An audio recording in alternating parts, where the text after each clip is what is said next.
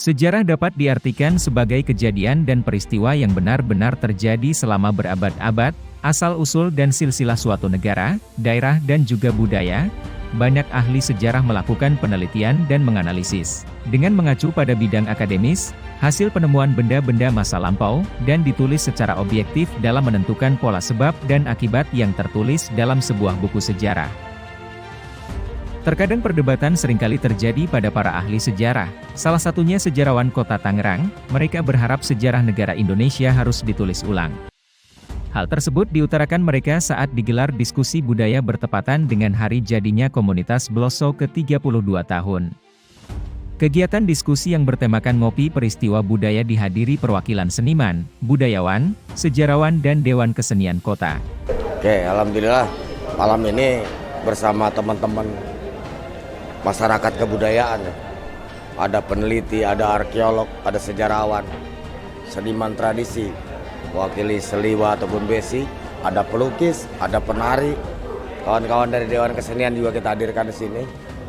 Ini dalam satu momentum acara pasca pandemi COVID, kita berharap ini terus ke depan semakin baik. Ujian bangsa yang hampir 2 tahun ini menjadi tafakur dan semua perlu kita jawab terkait kebudayaan dengan tema yang kita sodorkan yaitu ngopi peristiwa budaya. Kenapa ngopi yang kita ambil? Kopi itu bahasa ruang-ruang masyarakat kita saat berkumpul.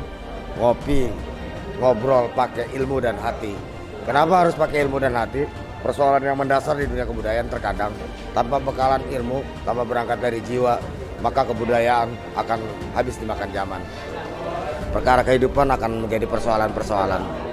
Ini yang menjadi ukuran kenapa kita gelar ini dengan mengangkat satu tema yaitu membangun dan menjaga kewibawaan budaya bangsa. Sri Rajasa yang akrab disapa Chandra, Ketua Panitia Ngopi Peristiwa Budaya didampingi Mayoris, Dewan Penasehat Warung Tak Gentar, dan Sumadiningrat, Ketua Dewan Kesenian Tangerang. Mengutarakan sejarah bangsa Indonesia harus ditulis ulang, dan menurut dirinya sejarah yang ada saat ini ditulis oleh bangsa penjajah. Diskusi tadi menyampaikan sejarah yang benar, karena selama ini banyak sejarah yang dipabrikasi gitu ya, berdasarkan pesanan.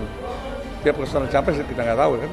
Yang jelas hari ini kalau tentang sejarah Indonesia bukan hanya direvisi, tapi harus tulis ulang sejarah Indonesia. Karena sebuah ironi ya, ketika sejarah kita yang buat penjajah.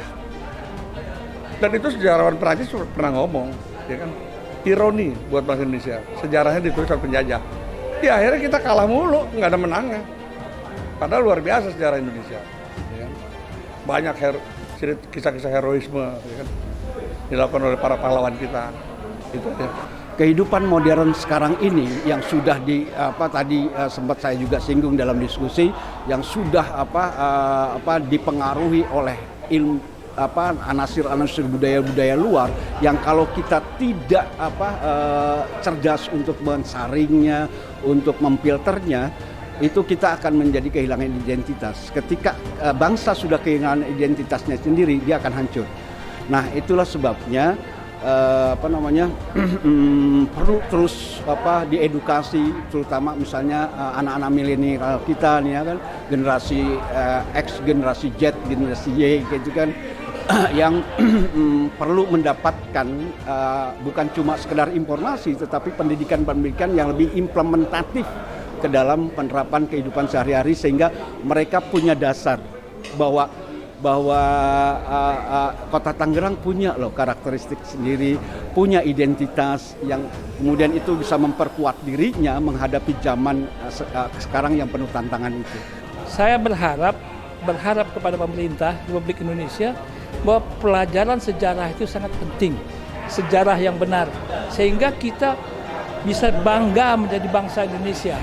Jangan sampai anak-anak kita dia cuma tahu pahlawan-pahlawan asing, misalnya Superman, Wonder Woman, tapi dia nggak tahu siapa sebenarnya Indonesia.